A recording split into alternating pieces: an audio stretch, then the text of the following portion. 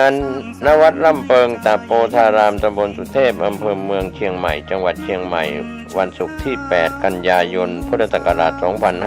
2566 ตั้งแต่เวลา 18 นาฬิกาเป็นต้นไปองค์แสดงพระธรรมเทศนาแห่พระราชวิสุทธิเวทีรองเจ้าคณะภาค 7 เลขานุการผู้รักษาการเจ้าคณะใหญ่หนเหนือผู้ช่วยเจ้าอาวาสวัดปากน้ำภาษีเจริญพระอารามหลวงกรุงเทพประธานและผู้แทนกลุ่มหนุ่มสาวจังหวัดเชียงใหม่กล่าวสรุปกิจกรรมในส่วนของกิจกรรมฟังเทศน์เข้าพรรษารถด่วนขบวนพิเศษประธาน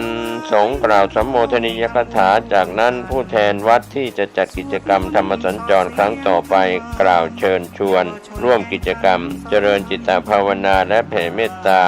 เป็นเสร็จพิธีก็เชิญท่านร่วมงานโดยพร้อมเพรียงกันณวัดร่ำเปิงตะโปธารามตำบลสุเทพอำเภอเมืองเชียงใหม่จังหวัดเชียงใหม่วันศุกร์ที่ 8 กันยายน 2566 เวลา 18 นาฬิกาเป็นต้นไปโดยพร้อมเพรียงกันพี่น้องทั่วท้องทุกถิ่นที่ข่าวสารเพื่อการประชาสัมพันธ์ร่วมปฏิบัติบูชาเพื่อถวายเป็นอาจารยบูชาวันครบรอบ100 ปีชาตการพระเดชพระคุณพระพรหมมงคลไฝปัตนาหลวงปู่ครูบาทองสิริมังคละมหาเถระระหว่างวันที่ 10 ถึง 21 กันยายน พุทธศักราช 2566 ณ มหาสาราหาไทยนเรศวัดพระธาตุสีจอมทองวรวิหารติดต่อสอบถามสำนักงานวิปัสสนา 053-342-184 หรือที่ท่านเจ้าคุณพระศรีเสนบาจารย์ 09-541-45445 ลงทะเบียนที่อาคารพระธรรมในโอกาสครบรอบ100 ปีชาตการก็เชิญศรัทธาสาธุชนทั้งหลายโดยเฉพาะสมณศรัทธามูลศรัทธาสาธุชนศิษยานุศิษย์ทั้งหลายร่วมงานนี้โดยพร้อมเพรียงกัน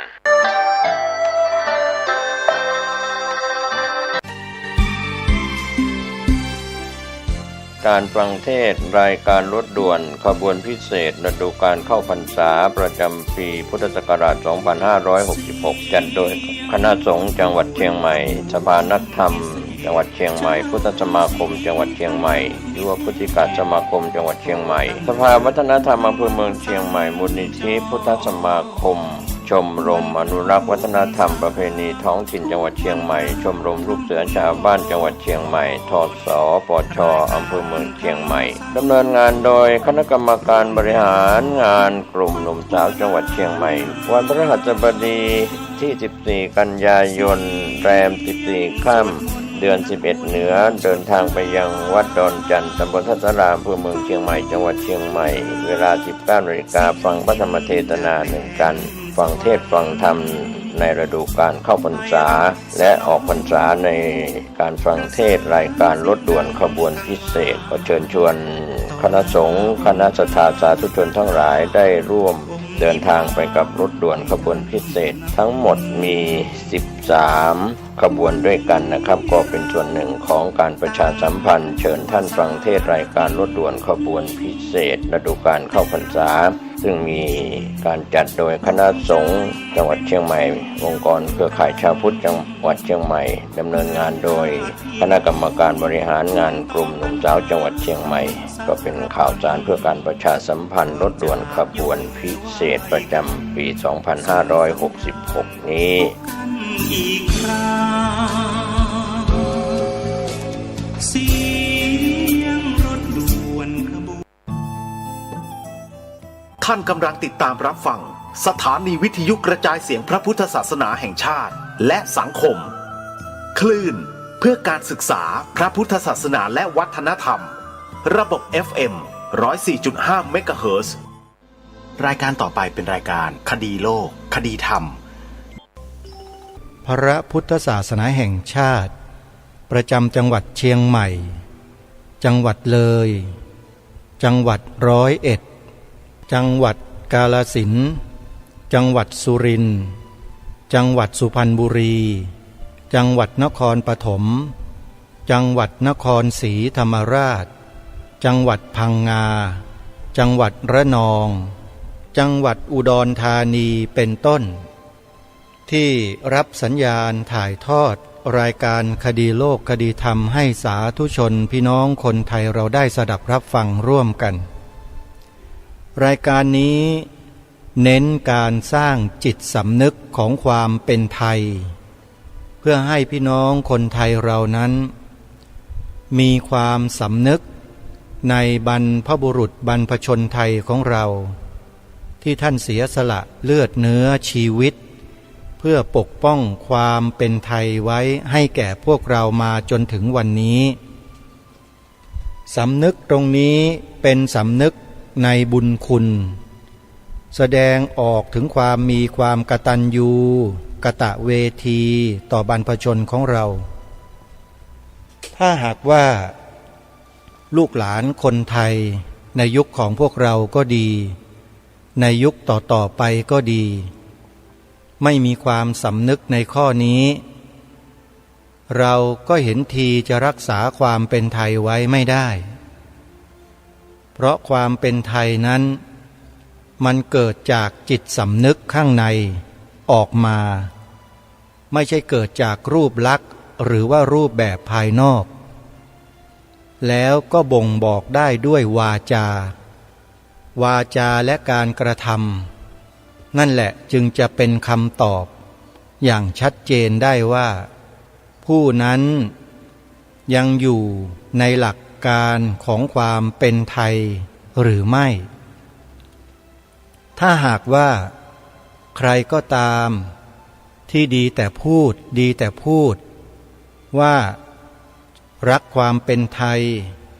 มีสำนึกในความเป็นไทยแต่ในใจไม่มีการกระทำที่จะแสดงออกมาถึงความรักหวงแหนความเป็นไทยนั้นมันก็เกิดขึ้นไม่ได้ดูตัวอย่างง่ายๆเลยการวินิจฉัยในข้อนี้ก็คือใครก็ตามที่ต่อต้านคัดค้านไม่เห็นด้วยในสิ่งที่รายการคดีโลกคดีธรรมหยิบยกขึ้นมากล่าวมาแสดงมาเชิญชวนให้พวกเราได้ร่วมกันคิดร่วมกันทำสารต่องานปณิธานของบรรพชนของเราใครก็ตามที่คัดค้านต่อต้านสิ่งเหล่านี้คนนั้นนั่นแหละไม่ได้อนุรักษ์ไม่ได้รักความเป็นไทยไม่ได้สารต่อในสิ่งที่บรรพชนไทยของเราสืบสารมาคนพวกนี้ถือว่าปลอมปนเข้ามาเป็นคนไทยทั้งนั้นหรือเป็นคนไทยแต่หัวใจเป็นทาสคนแบบนี้นี่แหละที่ทางรายการย้ำนักย้ำหนากับพวกเราคนไทยที่มีจิตสำนึกว่าให้ระวังป้องกันให้รู้เท่าทันคนพวกนี้จะได้ไม่เพรี่ยงพล้ำตกเป็นเครื่องมือตกเป็นเหยื่อตกเป็นทาสของคนพวกนี้ทำอย่างที่รายการนี้ทำนั่นแหละแนะนำเชิญชวนรณรงค์ให้เราทำกัน3 ข้อ3 ข้อนี้แหละเรียกว่าเป็นอิสระเป็นไทยอย่างแท้จริงถ้าพ้นจาก3 ข้อนี้แล้วไม่อาจสามารถจะบอกได้ว่าเป็นไทยแท้โดยเฉพาะคนที่ปฏิเสธต่อต้านคัดค้าน3 ข้อดังกล่าวคืออะไรบ้าง3 ข้อที่รณรงค์ให้พวกเราได้ทำกันจำกันได้หรือไม่ถ้ายังจำกันได้อยู่ก็ถือว่าใช้ได้แต่ถ้าจำไม่ได้แล้วก็แปลว่าความเป็นไทยนั้นเริ่มเบาบางลงทางรายการก็จำเป็นที่จะต้องมาทบทวนเรื่อยๆเพื่อไม่ให้มันเบาบางลงจนกระทั่งหมดไปจึงขอหยิบยก3 ข้อนี้มารณรงค์ให้พวกเราได้ช่วยกันกล่าวช่วยกันพูดช่วยกันทำช่วยกันถ่ายทอดให้ลูกหลานเยาวชนนักเรียนนักศึกษาของเราได้ทำสิ่งนี้ให้ทั่วถึงกันข้อที่ ให้พูดให้กล่าวคำนี้พระพุทธศาสนาเป็นศาสนาประจำชาติไทยของเราถ้าเราช่วยกันพูดกันทุกคนสิ่งนี้จะเป็นความจริงถ้าอยู่แต่ในใจเฉยๆมันก็อยู่แค่ในใจอย่างนั้นแหละมันไม่มีการแสดงออกมาเป็นรูปธรรมการกล่าวออกมาเป็นถ้อยคำนั้นถือว่าเป็นรูปธรรมแล้วในระดับหนึ่งแล้วจะยิ่งเป็นรูปธรรมที่หนักแน่นมั่นคงไปกว่านี้อีกถ้าเราช่วยกันกล่าวช่วยกันพูดคำนี้เรื่อยๆพูดกันให้กว้างขวางพูดกันให้ทุกพื้นที่ทุกอนูของประเทศชาติบ้านเมืองพูดไปเถอะแล้ววันหนึ่งสิ่งนี้จะเป็นความจริงแน่นอนแต่อยู่ที่พวกเราไม่พูดกันเองแล้วเมื่อไหร่มันจะเป็นความจริงนี่คือสิ่งที่เราไม่สามารถจะสบประมาทได้เลยเพราะหลักวิชาความสำเร็จในบางลัทธิความเชื่อที่เขาสอนกันอยู่อบรมกันอยู่ชั่วโมงเป็นแสนเนี่ยเขาก็ใช้สูตรนี้นี่แหละคือให้คนคิดย้ำๆพูดย้ำๆคิดย้ำๆพูดย้ำๆบ่อยๆย้ำๆแล้วสิ่งที่คิดสิ่งที่พูดเนี้ยจะเป็นความจริงและมันก็เป็นความจริงด้วยเหมือนเราต้องการให้ประเทศไทยเรามีพระพุทธศาสนาเป็นศาสนาประจำชาติไทยของเราเนี่ยแต่เรานั่งกันเฉยๆไม่พูดอะไรกันเลยไม่แสดงไม่กล่าวคำนี้ออกมาเลยคำนี้ก็ไม่ได้ไปเข้าหูเด็กๆเยาวชนเราเลยเด็กๆเยาวชนเราก็ไม่เคยได้ยินคำนี้เลยแล้วอยู่ๆเราออกไปเรียกร้องไปรณรงค์บอกว่าทำให้ประเทศนี้มีพระพุทธศาสนาเป็นศาสนาประจำชาติไทยอย่างถูกต้องตามกฎหมายทีเถอะอยู่ๆนักข่าวก็ไปเสนอข่าวไปออกสื่อทั่วประเทศเลยทั้ง TikTok YouTube Facebook อะไรมันออกหมดเลยและเด็กๆเยาวชนคนไทยเราไม่เคยได้ยินคำนี้มาก่อนไม่คุ้นหูเลยถามว่าเด็กๆลูกหลานคนไทยทั่วๆไปจะยอมรับได้ไหมไม่ยอมรับนะแถมฝ่ายตรงข้ามที่เป็นศัตรูเราเนี่ยพูดกรอกหูทุกวันเลยตามสื่อโซเชียลอะไรบอกว่าอย่างนู้นอย่างนี้บิดเบือนความจริงของประเทศนี้ให้ลูกหลานเราฟังอยู่ตลอดในขณะที่เราไม่เคยกรอกหูลูกหลานเราถึงข้อมูลที่ถูกต้องตรงประเด็นอย่างที่รายการคดีโลกคดีธรรมได้หยิบยกได้อัญเชิญมานี้เลยความที่จะเป็นศาสนาประจำชาติไทยอย่างที่กล่าวมามันก็ไม่อาจสามารถจะเกิดขึ้นได้เลยเพราะพวกเราไม่ช่วยกันรณรงค์ถ่ายทอดความจริงในข้อนี้ออกมาทางวาจาเลยแล้วมันจะเกิดได้ยังไงท่านนี่คือศาสตร์แห่งการทำซ้ำนะครับที่ต่างประเทศเดอะซีเคร็ดที่เขาอบรมกันระดับชั่วโมงหนึ่งเป็นแสนเป็นล้านเนี่ยเขาเอาไปใช้กันมานานแล้วทางรายการเพิ่งจะรู้จากการเข้าอบรมหลักสูตรเนี้ยจากสถาบัน GTO Academy ของคุณโยมด็อกเตอร์ดรันเตชะโสพลวณิชที่สถานีโทรทัศน์ดีทีวีเราพยายามที่จะผลักดันให้เป็น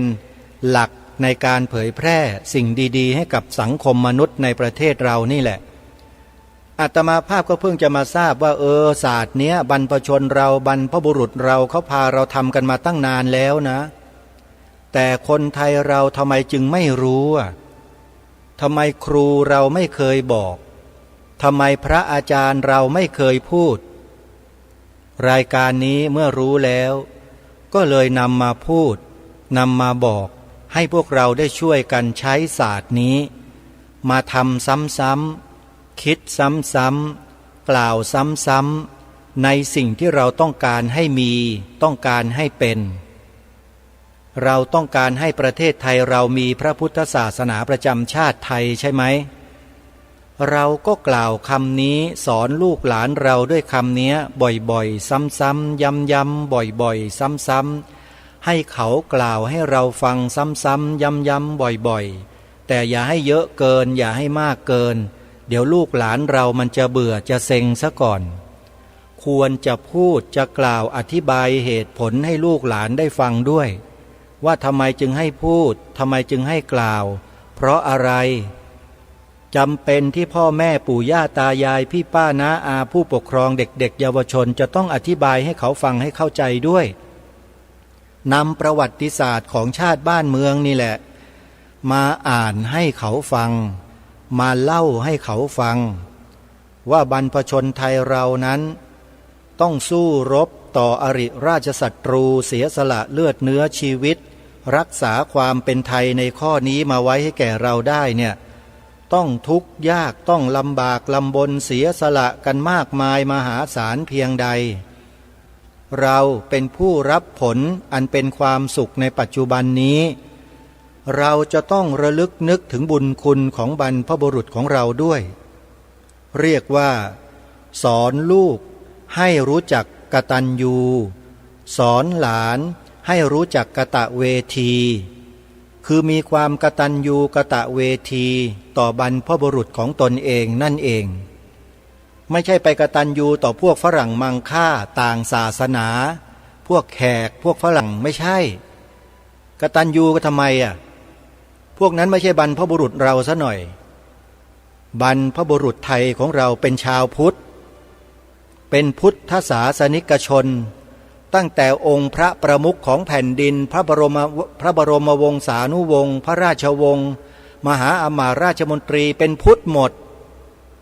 ไม่มีหรอกคนต่างศาสนาที่จะเข้าไปอยู่ตำแหน่งในระดับสูงแบบนั้นเป็นไม่ได้ประเทศไทยเรามีกฎมนเทียนบานห้ามไว้หมดแม้ราชวงศ์จะไปแต่งงานกับพวกต่างศาสนายังไม่ได้เลยศึกษาเรียนรู้กันให้ถึงให้เข้าใจด้วยนะท่านผู้ฟังไม่ใช่พูดเพื่อเสี่ยมให้เกิดความแตกแยกไม่ใช่แต่นำเอาความจริงมากล่าวมาแสดงให้ฟังกันแล้วเราก็ควรจะรักษาความจริงความถูกต้องของบ้านเมืองของเรากันไว้ถ้อยคำที่พาให้พวกเราได้กล่าวกันในข้อที่หนึ่งเนี่ยเป็นสิ่งที่องค์พระบาทสมเด็จพระบรมชนกาธิเบศร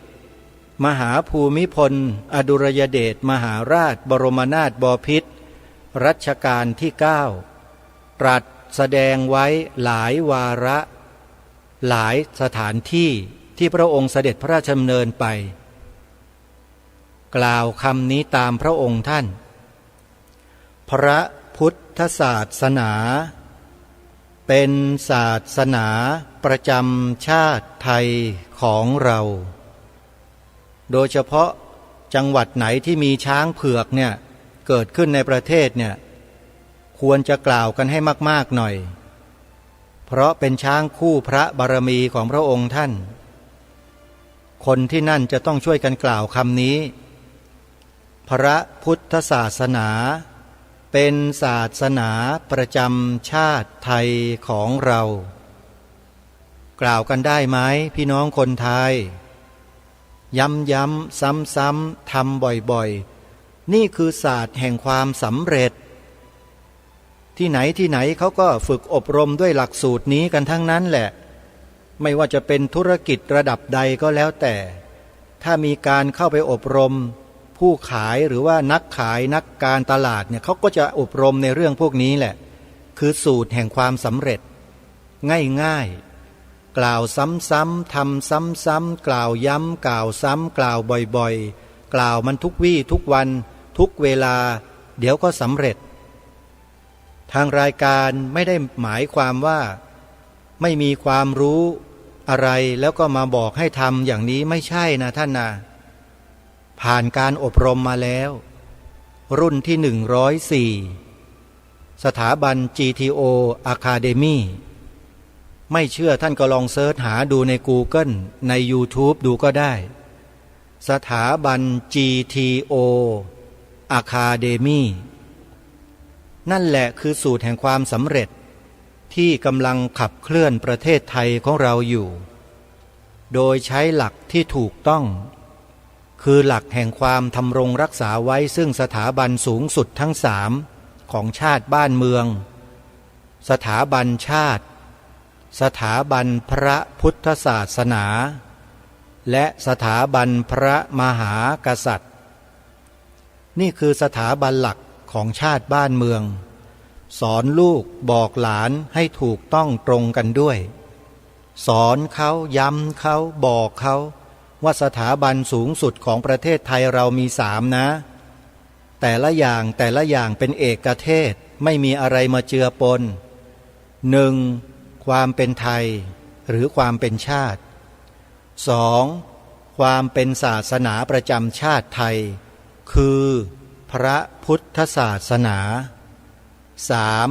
ความเป็นองค์พระมหากษัตริย์ผู้ทรงเปี่ยมล้นด้วยทศพิธราชธรรมคือหลักธรรมในพระพุทธศาสนาเท่านั้นนี่คือสิ่งที่เราต้องย้ำลูกหลานของเราทุกรุ่นไม่ว่ารุ่นไหนทั้งนั้นถ้าหากว่ายอมรับมีความศรัทธาเชื่อมั่นมีความมั่นคงในสิ่งนี้แล้วนั่นแหละจึงจะได้ชื่อว่าเป็นลูกหลานไทยแท้ๆเลยแต่ถ้าผิดเพี้ยนไปจากนี้ถือว่ายังไม่ใช่เราต้องช่วยกันนะเรื่องนี้ใครคนใดคนหนึ่งทำไม่ได้องค์กรใดองค์กรหนึ่งทำไม่ได้ยิ่งองค์กรทางภาครัฐด้วยเนี่ยปล่อยให้เขาทำอยู่อย่างเดียวไม่ได้นะโยมนะเผลอๆมันเพี้ยนด้วยนะทางองค์กรภาครัฐที่ทำเนี่ยเคยเจอมาแล้วนะ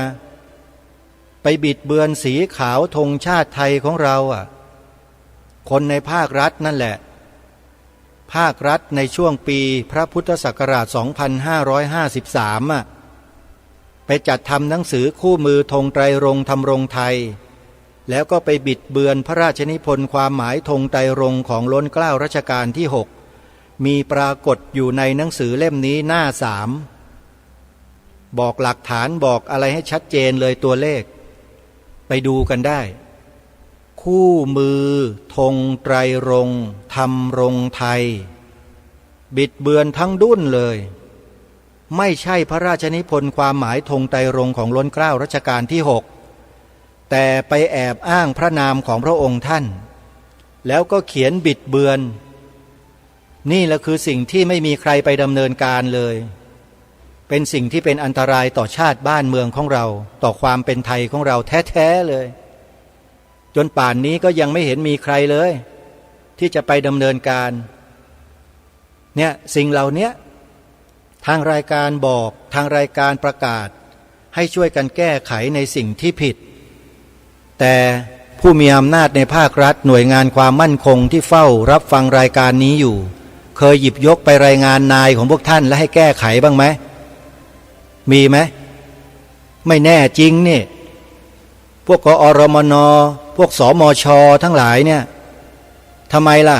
ไม่ไปดำเนินการให้แก้ไขให้ถูกต้องล่ะหรือกลัวอะไรถ้ากลัวก็แปลว่าไม่ใช่คนไทยดิไม่ใช่ลูกหลานไทยแล้วล่ะถ้ากลัวเนี่ยเราต้องการให้เกิดความถูกต้องแล้วต้องการจะให้แก้ไขสิ่งที่มันผิดทำไมต้องให้ทำหนังสือไปแจ้งความเหรอเรื่องแบบเนี้ยแล้วเวลาคนอื่นพูดอะไรบางสิ่งบางอย่างหลุดออกมานิดเดียวทำไมถึงไปไล่จับเขาไม่ต้องมีหนังสือไปแจ้งความล่ะทำไมภาครัฐถึงดำเนินการได้เร็วมากละบางอย่างแต่ไอ้แบบนี้ไม่เห็นดำเนินการอะไรนี่หมายความว่าไงอย่างนี้คนก็ต้องอาจจะมองได้สิว่าเป็นพวกเดียวกันหรือเปล่าใช่ไหมท่านผู้ฟังมันน่าคิดไหมล่ะเป็นพวกเดียวกันหรือเปล่าเนี่ยถึงไม่ดำเนินการอะไรกันเลยเนี่ยก็มีสิทธิ์ที่จะสงสัยใช่ไหมเพราะฉะนั้นท่านสาธุชนท่านผู้ฟังทั้งหลายฟังรายการนี้แล้วท่านอย่าตื่นตระหนกอย่าตกใจอย่าเกิดความรังเกียจอย่าเกิดความชังขึ้นในจิตนะท่านฟังให้ดีว่าสิ่งที่ทางรายการนำมาเสนอเนี่ยคืออะไรคือความมั่นคงของประเทศไทยของเราทั้งนั้นการให้กล่าวถ้อยคำตามพระราชดำรัสขององค์พระมหากษัตริย์ของเราเนี่ย เป็นสิ่งที่เรากำลังเทิดทูนยกย่องพระองค์ท่านแสดงออกถึงความจงรักภักดียิ่งชีวิตแด่พระองค์ท่านไม่ได้ไปลบหลู่ไปบิดเบือนไปทำลายเลยแม้แต่นิดเดียวพระพุทธศาสนาเป็นศาสนาประจำชาติไทยของเราคำนี้พูดแล้วกล่าวแล้วมีใครเสียหายบ้างมีใครถูกเบียดเบียนตรงไหนบ้างมีใครเดือดร้อนบ้างไหมมีไหมถ้ามีขอให้ประกาศตัวเองออกมาสู่ที่สาธารณะให้ปรากฏให้คนทั่วไปได้เห็นได้รู้ด้วยอย่าเป็นอีแอบอย่าเป็นพวกอีแอบขี้ขลาดตาขาวอยู่หลบซ่อนหลบไม่พ้นหรอกเดี๋ยวสักวันก็ได้เจอไอ้พวกหลบซ่อนเนี่ยพวกเราที่ฟังรายการกันอยู่ไม่ว่าพระไม่ว่าโยมทั้งนั้นแหละฮะมันต้องมีความกล้าในการทำในสิ่งที่ถูกที่ควรการรณรงค์ให้คนไทยลูกหลานไทยเราพูดกล่าวในสิ่งที่ถูกต้องเป็นสิ่งที่ควรทำเพราะไม่ได้เบียดเบียนใครไม่ได้ลบหลู่ดูหมิ่นใครไม่ได้ไปทำร้ายใครเลยทั้งทางวาจาทั้งทางกายทั้งทางใจไม่มีเลยฮะแล้วมันจะผิดตรงไหนถามหน่อยถ้ามันจะผิดมันก็ผิดใจไอ้พวกศัตรูของประเทศเรานั่นแหละดีให้มันผิดเยอะๆหน่อยไอ้พวกศัตรูของประเทศเราเนี่ยมันจะได้แสดงตัวออกมาให้เราเห็นชัดๆจะได้จับตาดูให้ง่ายขึ้นมั่งว่าเป็นใครอยู่ที่ไหนกลุ่มไหนพวกไหนตระกูลไหนคณะไหนอะไรอย่างเนี้ยพวกเราต้องช่วยกันรณรงค์สิ่งนี้ให้ลูกหลานให้คนไทยเรากล่าวเยอะๆข้อหนึ่งนะผ่านนะข้อหนึ่งย้ำอีกทีหนึ่งพระพุทธศาสนาเป็นศาสนาประจำชาติไทยของเราข้อที่สองเนี่ยหลายคนท่องไม่ได้จำไม่ได้อะไรที่บอกว่าท่องไม่ได้จำไม่ได้ความหมายพระราชทานธงไตรรงค์ให้นักกีฬาทีมชาติในปัจจุบันในอดีตก็ท่องกันไม่ได้สักคนหนึ่งได้เหรียญทองในต่างประเทศเคารพธงชาติกันแต่ไม่รู้จักความหมายธงชาติตัวเองไหนล่ะศักดิ์ศรีของความเป็นไทยอยู่ตรงไหนถ้ามีพวกชาวต่างชาติเขาถามเนี่ยตอบเขาได้ไหมว่าความหมายของธงชาติของคุณคืออะไรบ้างหงิกเลยนักกีฬาทีมชาติของประเทศไทยทั้งประเทศเก่งฉกาจแค่ไหนได้เหรียญทองมาเป็นร้อยล้านเหรียญก็ไม่มีความหมายเพราะไม่สามารถจะสืบสารรักษาความเป็นไทยไปสู่เวทีโลกได้เลยเขาถามแล้วตอบไม่ได้น่าอายไหมเป็นอาตมานี่น่าอายนะโยมไม่ได้เตรียมตัวเตรียมอะไรสำหรับความเป็นไทยที่จะไปโชว์ชาวต่างประเทศเขาเลยไม่มีทุกคนพอถามแล้วเลิกลักหนีหมดเลยวิ่งหนีไมโครโฟนชาวต่างประเทศเขาก็มองสงสัยได้คนไทยมันเป็นอะไรถ้ากลัวประเทศตัวเองเนี่ยถามถึงประเทศตัวเองไม่ได้อะไรอย่างเนี้ยความกล้าหาญในการที่จะเผยแพร่ความเป็นไทยไม่มีเลยฮะแม้แต่ทหาร3เหล่าทัพก็เหมือนกันตำรวจด้วยลองไปถามดูสิใครมีลูกมีหลานมีเพื่อนมีพ่อแม่พี่น้องเป็นตำรวจทหารเนี่ยไปถามดูดิช่วยบอกหน่อยซิว่าความหมายพระราชทานธงไตรรงค์ธงชาติไทยของเราเนี่ยองค์พระมหากษัตริย์พระราชทานเอาไว้ให้แก่พวกเราคนไทยว่าไว้อย่างไรบ้างทหารตั้งแต่พลเอกลงมาจนถึงพลทหารตอบไม่ได้สักคนหนึ่งมีเป็น%หนึ่งจะได้หรือเปล่าในกองทัพเนี่ยไม่มีอ่ะรายการนี้ท้าทายเลยท้าทายในสิ่งที่ควรนะฮะเนี่ยไม่ใช่ท้าทายตีต่อยนะตีต่อยไม่เอาแล้วโยมไม่ใช่ว่าไม่สู้นะแต่ไม่อยากจะสู้เพราะว่าวางมือมานานแล้วแต่อยากจะท้าทายในสิ่งที่ถูกต้องเหล่านี้ของบ้านเมืองเนี่ยท้าทายมันทุกฝ่ายแล้วค ความหมายพระราชทานธงไตรรงค์ที่พระองค์พระราชทานไว้เมื่อปีพระพุทธศักราช 2561 61 2461 ขออภัยเมื่อปีพระพุทธศักราช 2461 องค์พระบาทสมเด็จพระมงกุฎเกล้าเจ้าอยู่หัวรัชกาลที่ 6 พระราชทานผืนธงไตรรงค์ให้เป็นธงชาติเป็นครั้งแรก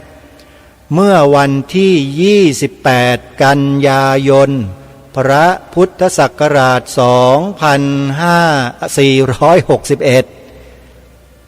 พระราชทานไว้พร้อมด้วยความหมายด้วยแต่ในกองทัพมีการรณรงค์ให้ทหารที่เป็นทหารเกณฑ์น่ะทหารกองประจำการที่เข้าไปฝึกใหม่ๆเนี่ยเคยไปรณรงค์ให้เขาได้ท่องจำกันบ้างไหมอ่ะหน่วยฝึกทหารใหม่ทั่วประเทศไม่มีเลยหนังสือวินัยทหารที่ให้ท่องกันเปล่าอยู่อ่ะในร้อยฝึกอ่ะมีที่ไหนเล่าไม่มีแล้วหมายความว่าอะไรแปลว่าไม่ได้สนใจเลยนะไม่สนใจที่จะรักษาความเป็นไทยตรงนี้ไว้เลยใช่ไหมใช่ไหมแล้วทำไมจึงไม่นำไปให้เหล่าทหารใหม่ที่เป็นเยาวชนของเราเนี่ยได้ไปท่องจำในหมวดของวินัยทหารล่ะตอนที่ฝึกทหารใหม่อ่ะผลัดหนึ่งก็ดีผลัดสองก็ดีอ่ะ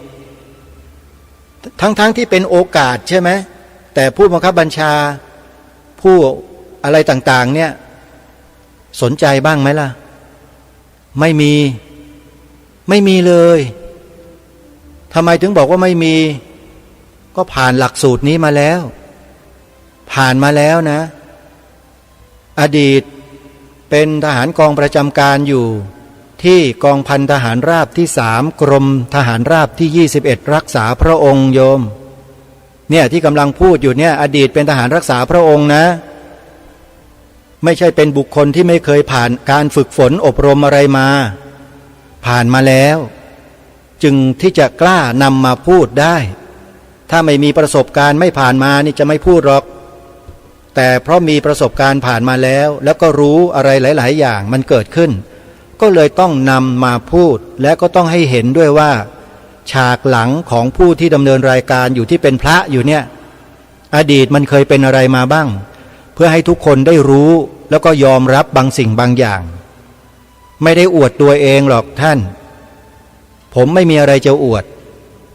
ผมมีตัวเปล่าๆเป็นคนธรรมดาสามัญไม่ได้มียศถาบรรดาศักดิ์ใหญ่โตตำแหน่งใหญ่โตอะไรเป็นพระธรรมดารูปหนึ่งแต่หัวใจมันใหญ่หัวใจมันโต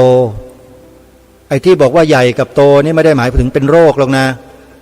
แต่ใจเนี่ยมันมั่นคงไงมั่นคงมาตั้งแต่ได้รับการศึกษาเล่าเรียนตั้งแต่ชั้นประถมปีที่1มาแล้วครูประจำชั้นเนี่ยเน้นให้รักชาติศาสนาพระมหากษัตริย์มาตั้งแต่ชั้นประถมปีที่1อธิบายเหตุผลอะไรต่างๆให้ฟังหยิบยกประวัติศาสตร์ของบรรพชนในแต่ละยุคแต่ละสมัยมาให้ฟังแล้วก็ได้เล่าเรียนศึกษาวิชาประวัติศาสตร์จากหนังสือเรียนแบบเรียนวิชาพระพุทธศาสนาวิชาประวัติศาสตร์ชาติไทยมาแล้วในสมัยหลักสูตรเก่าอะหลักสูตรป .7 เนี่ยโยมหลักสูตรป .7 นะอาตมาภาพยังได้เรียนอยู่แต่ปี 2521 รัฐมนตรีว่าการกระทรวงศึกษาธิการเปลี่ยนเป็นคนศาสนาอื่นมาดำรงตำแหน่งมันเปลี่ยนหลักสูตรชาติบ้านเมืองหมดเลยจึงทำให้คนไทยห่างเหินจากความเป็นไทยมาโดยตลอดไงเห็นไหมเนี่ยจับทางกันได้บ้างหรือยังว่าประเทศไทยเราเกิดอะไรขึ้นน่ะจับทางกันให้ถูกเถอะจะได้แก้ไขให้มันถูกทางไม่ใช่ไปแก้กันอยู่ที่ปลายทางปลายเหตุกันอยู่นั่นแหละมันแก้ไม่หมดหรอกแก้ต้องแก้ที่ต้นฉบับโน่นกฎหมายรัฐธรรมนูญน่ะใส่ไปสิฮะเขียนลงไปสิให้ถูกต้องกับประเทศนี้นะเราไม่ได้พูดประเทศอื่น ประเทศไทยเนี่ยเขียนให้มันถูกต้องให้เหมาะสมกับความเป็นประเทศไทยหน่อยเพราะประเทศนี้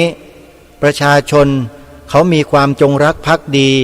ต่อสถาบันสูงสุดของชาติทั้งสามคือสถาบันชาติไทยสถาบันพระพุทธศาสนาสถาบันพระมหากษัตริย์ซึ่งมีปรากฏเป็นสัญลักษณ์คือธงชาติไทยสามสีนั่นน่ะชาติพระพุทธศาสนาพระมหากษัตริย์แปลก็แปลให้มันเต็มแปลให้ถูกใส่เข้ามาให้เต็ม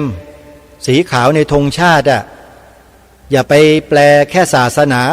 นาอยู่อย่างเดียวเดี๋ยวพวกก็นำอะไรมาใส่ก็ไม่รู้เต็มไปหมดเลอะเทอะสกปรกองค์พระบาทสมเด็จพระมงกุฎเกล้าเจ้าอยู่หัวรัชกาลที่6มิได้มีพระราชประสงค์จะให้ใครเอาอะไรมาใส่ในสีขาวธงไตรรงค์ของพระองค์นะไปดูความหมายให้ดีข้อที่2นี่แหละจึงให้รณรงค์ให้ทุกคนได้ท่องจำกันให้ได้พระองค์ได้พระราชนิพนธ์เอาไว้ว่าขอร่ำรำพันบรรยายความคิดเครื่องหมายแห่งสีทั้งสามงามถนัดขาวคือบริสุทธิ์สีสวัสดิ์หมายพระไตรรัตน์และธรรมะคุ้มจิตไทยแดงคือโลหิตเราไซร้ซึ่งยอมสละได้เพื่อรักษาชาติศาสนาน้ำเงินคือสีโสภาอันจอมประชาทะโปรดเป็นของส่วนองค์จัดริ้วเข้าเป็นไตรรงค์จึงเป็นสีธงที่รักแห่งเราชาวไทยทหารอวตารนำไปยงยุทธวิชัยวิชิตก็ชูเกียรติสยามนี่คือสิ่งที่องค์พระมหากษัตริย์พระประมุขของแผ่นดินพระราชทานไว้ให้แก่คนไทยทุกคนได้จดจำท่องจำได้นำมาถ่ายทอดให้แก่คนไทยลูกหลานไทยของเรามิได้ทรงพระราชนิพนธ์ขึ้นมาแล้วให้เก็บไว้บนหิ้งนะท่านแม่ทัพทั้ง3เหล่าทัพท่านผู้บัญชาการทหารสูงสุดท่านผู้บัญชาการตำรวจแห่งชาติผู้ใต้บังคับบัญชาทั้งหลายทั้งปวงพระองค์ท่านพระราชทานมาไม่ได้ให้ไปขึ้นหิ้งและบูชาไว้เฉยๆแต่พระองค์ทรงมีแนวพระราชดำริให้พวกเรานำมาใช้นำมาถ่ายทอดนำมาอ้างอิงเพื่อสืบสารรักษาต่อยอดพระราชปณิธานของพระองค์ไม่ได้ทรงมาให้เก็บไว้บนหิ้งบูชานะพวกท่านเพี้ยนไปหรือเปล่าแนวความคิดของพวกท่านน่ะที่ไม่ทำอะไรกันเลยเกี่ยวกับเรื่องนี้แต่จะบอกว่าไม่ทำก็ไม่เชิงนะเมื่อปีพระพุทธศักราช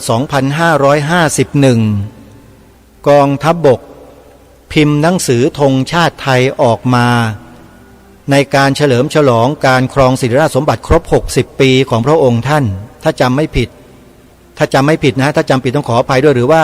พระชนมายุครบ80 พรรษาก็ไม่ทราบตรงนั้นน่ะกองทัพบกพิมพ์ออกมา 5,000 เล่มฮะแล้วพิมพ์อยู่แค่ครั้งเดียว 5,000 เล่มปี51อัญเชิญความหมายพระราชทานธงไตรรงค์ของรัชกาลรัชกาลที่6มาเผยแพร่อยู่ในหนังสือเล่มนี้ของกองทัพบกมี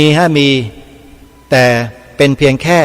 เล็กๆน้อยๆนิดๆหน่อยๆแต่ไม่ขยายให้กว้างพอปี53หน่วยงานหนึ่งซึ่งอยู่ในสำนักนายกรัฐมนตรีทำเนียบรัฐบาลเนี่ยจัดพิมพ์หนังสือในลักษณะเดียวกันนี้ออกมาขนาดใหญ่เลยท่านปี51กองทัพบกพิมพ์ออกมา 5,000 เล่มมีบทพระราชนิพนธ์ความหมายธงไตรรงค์ถูกต้องทุกอย่างพิมพ์เผยแพร่อยู่ในหนังสือเล่มนั้นปี53รัฐบาลยุคนั้นเป็นพรรคการเมืองไหนไปดูเอาเองจัดพิมพ์หนังสือเล่มนี้คู่มือธงไตรรงค์ทำรงไทยออกเผยแพร่ 50,000 เล่มแล้วก็บิดเบือนความหมายพระราชทานธงไตรรงค์ของพระองค์ด้วยอยู่หน้า3อาตมาภาพและกระผมนี่แหละเป็นคนเอานำมาแฉเองออกสื่อโทรทัศน์ดีทีวีนั่นแหละปีนั้นเลย53นั่นแหละผู้ใหญ่ในวิทยาลัยป้องกันราชอาณาจักรนายพลเอกท่านหนึ่งมาจัดรายการร่วมกันในวันนั้นท่านเห็นแล้วท่านกลับไปทำหนังสือถึงทำเนียบรัฐบาลเลยแหละหน่วยงานที่เกี่ยวข้องนี่แหละบอกว่าให้จัดการแก้ไขไม่เห็นแก้อะไรเลยฮะยังเหมือนเดิมเลยและแถมยังพิมพ์เพิ่มอีก 20,000 เล่มรวมเป็น 70,000 เล่มแล้วก็เดินสายออกแจกจัดนิทรรศการแจกจัดนิทรรศการแจกไปทั่วประเทศเห็นหรือยังการกระทำในลักษณะเช่นนี้เกิดขึ้นที่ทางรายการนำมาเปิดเผยท่านให้ได้เห็นได้ยินกันชัดๆเนี่ยท่านทราบแล้วใช่ไหมฮะว่านี่คือสิ่งที่เกิดขึ้นกับชาติบ้านเมืองของเรารายการนี้มีข้อมูลหลักฐานทั้งหมดแล้วจะให้นั่งเฉยๆอมพนำอยู่ไม่รู้ร้อนไม่รู้หนาวมันก็ไม่ใช่รายการคดีโลกคดีธรรมแล้วล่ะอาตมาก็เลยต้องนำมาบอกมากล่าวแล้วก็รณรงค์ให้พวกเราได้ร่วมด้วยช่วยกันสืบสารรักษาต่อยอดนี่คือสิ่งที่ลูกหลานไทยจะต้องช่วยกันทำความหมายพระราชทานธงไตรรงค์นะฮะทีนี้พวกเราท่องกันไม่ได้ทำไงล่ะก็ตัดตอนลงมาแค่สีขาวอย่างเดียวให้เรากล่าวตีความสีขาวในธงไตรรงค์ให้เหมือนกันทั้งประเทศคือสีขาวในธงชาติไทยหมายถึงพระพุทธศาสนาเท่านั้นกล่าวมันไปเลยท่านตรงๆแบบนี้แหละเพราะพระราชนิพนธ์ความหมายธงไตรรงค์ของพระองค์ท่านจะตีความเป็นอย่างอื่นไม่ได้นอกจากพระพุทธศาสนาเท่านั้นนะท่านอย่าไปตีความอย่างอื่นนะผิดนะฮะไปดูบทพระราชนิพนธ์สีขาวธงไตรรงค์ของพระองค์ท่านได้เลยไปย้ำดูได้เลยขาวคือบริสุทธิ์สีสวัสดิ์แค่นี้ก็จบแล้วท่านบริสุทธิ์สีสวัสดิ์เนี่ยคือไม่มีอะไรเจือปนเลยไงและพระองค์ก็ทรงใส่หมายพระไตรรัตน์และธรรมะคุ้มจิตไทยเข้ามาจบเลยฮะเพราะฉะนั้นจะตีความเป็นอย่างอื่นไม่ได้นอกจากพระพุทธศาสนาเท่านั้นนี่คือสิ่งที่ทางรายการย้ำมาโดยตลอดท่านผู้ฟังทั้งหลายส่วนข้อที่3นั้นเดี๋ยววันพรุ่งนี้มาพูดกันต่อนะโยมนะจะได้ย้ำเตือนในข้อที่1ที่2อีกครั้งหนึ่งเพื่อให้เราเกิดความมั่นใจยิ่งขึ้นวันนี้เวลาของรายการหมดลงแล้วอาตมาภาพต้องขอสมมุติยุติรายการไว้แต่เพียงเท่านี้พบกับรายการได้ใหม่ในวันต่อไปขอความสุขสวัสดีจงมีแด่ท่านผู้ฟังทุกท่านทุกคนเทินขอเจริญพร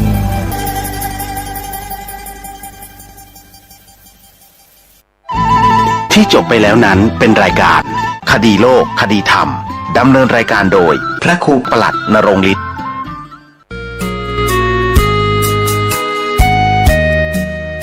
ธรรมสัญจรครั้งที่4กิจกรรมฟังเทศปฏิบัติธรรมเทศกาลเข้าพรรษารถด่วนขบวนพิเศษหน่วยอบรมประชาชนประจำอำเภอเมืองเชียงใหม่อปอคณะสงฆ์ตำบลสุเทพเทศบาลตำบลสุเทพจัดงานณวัดร่ำเปิงตาโปธารามตำบลสุเทพอำเภอเมืองเชียงใหม่จังหวัดเชียงใหม่วันศุกร์ที่8กันยายนพุทธศักราช2566ตั้งแต่เวลา 18 นาฬิกาเป็นต้นไปองค์แสดงพระธรรมเทศนาแห่พระราชวิสุทธิเวทีรองเจ้าคณะภาค7เลขานุการผู้รักษาการเจ้าคณะใหญ่หนเหนือผู้ช่วยเจ้าอาวาสวัดปากน้ำภาษีเจริญพระอารามหลวงกรุงเทพประธานและผู้แทนกลุ่มหนุ่มส